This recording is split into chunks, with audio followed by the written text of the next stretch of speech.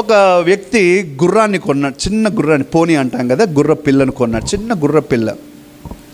ఆ చిన్న గుర్ర పిల్లకు ఆయన ఏం చేశాడంటే ఇట్లా మధ్యలో మేకు కొట్టి, పెద్ద గ్రౌండ్ ఉంది అక్కడ, పెద్ద కాంపౌండ్ లాగా ఉంది, కొట్టి చిన్న తాడు కట్టాడు, చిన్న పురికోసంత తాడు కట్టాడు.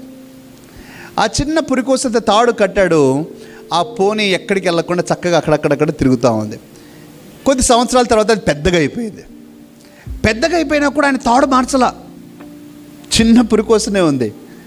ఆ చిన్న పురికోస తన మైండ్లో పడిపోయింది, గుర్రం మైండ్లో పడిపోయింది.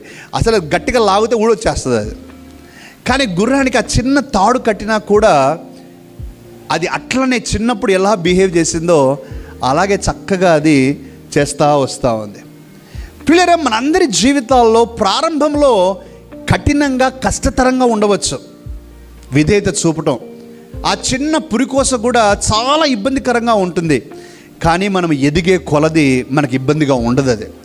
కానీ మనం విధేయత చూపుతాం, మనకు అది అలవాటు అయిపోద్ది, బాగా సంతోషంగా ఉంటాం. We don't mind. ప్రారంభంలో భారంగా కనిపించిండవచ్చు, కానీ తర్వాత అది ఒక డిలైట్గా, I have to be near my master.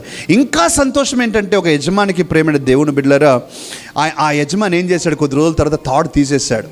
తాడు తీసేసినా కూడా ఇక ఆ గుర్రము కాంపౌండ్ నుంచి దాటకుండా చక్కగా అక్కడే ఉంది. కారణం, it is used to that situation, it is now there.